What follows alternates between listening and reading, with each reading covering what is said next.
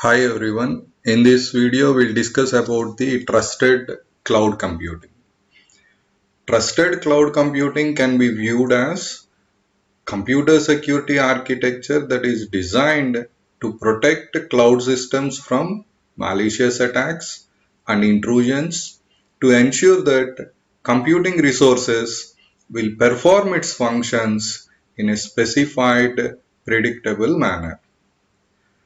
Trusted computing will protect the data in a cloud system that can be used by hypervisor and applications against unauthorized actions of information by providing strong authentications and apply encryption to protect sensitive data that resides on stolen or lost devices. Trusted cloud computing characteristics.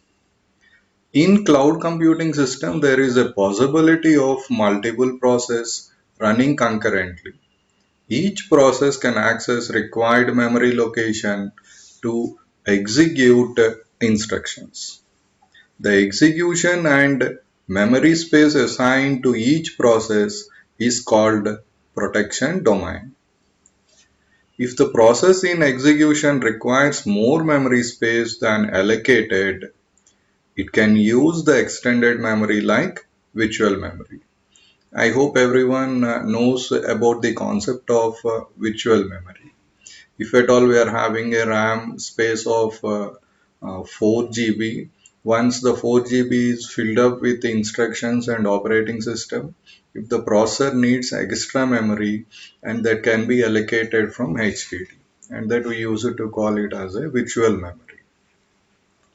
In this process of execution requires more memory space than allocated.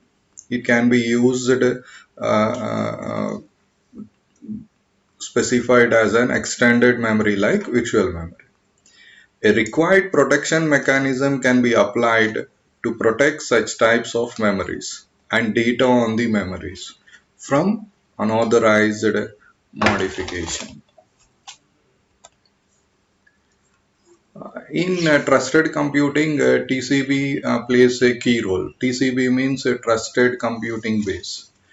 Trusted computing base is a combination of protected mechanisms in a computer system, which includes hardware, software, and firmware in a trusted manner by enforcing security policies.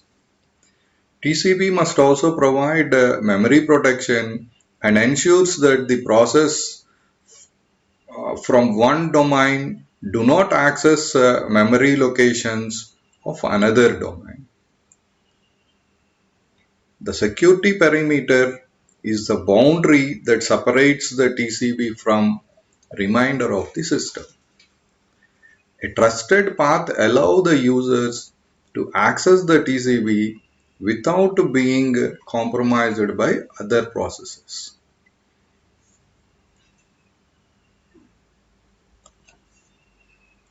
Another element associated with trusted computing is trusted platform module, and which is called as TPM. The TPM generally stores cryptographic keys that can be used to attest the operating state of computing platform to verify the hardware and software configurations from alterations. TPM cannot be operated in a virtualized environment. That means it can't be operated in a cloud computing system.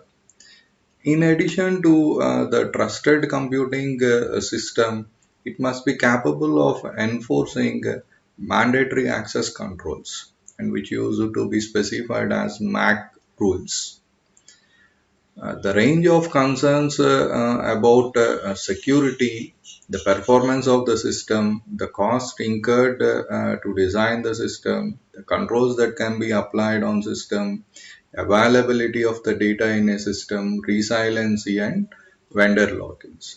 Trusted computing mainly concerns about these issues.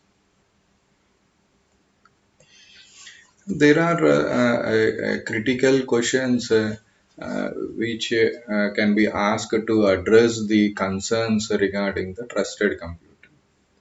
The first one is, do I have any control or choice over where my information will be stored? That means the user in a cloud system doesn't know about the storage location of the data, or in which server the data is stored, or which server is maintained to access the data from the storage locations, or what privileges that are assigned in accessing of data and storing of data. Are your cloud operations available for physical inspection? Trusted computing specifies that if at all the user want to physically inspect the cloud service provider systems, it must allow that. Can you provide an estimate of historical downtimes at your operation? How many times the systems usually shut down, and how many times um, it specifies the history of the downtimes of the system must be known by the user. If more number of times the systems are shut downing means it specifies the problems within the systems.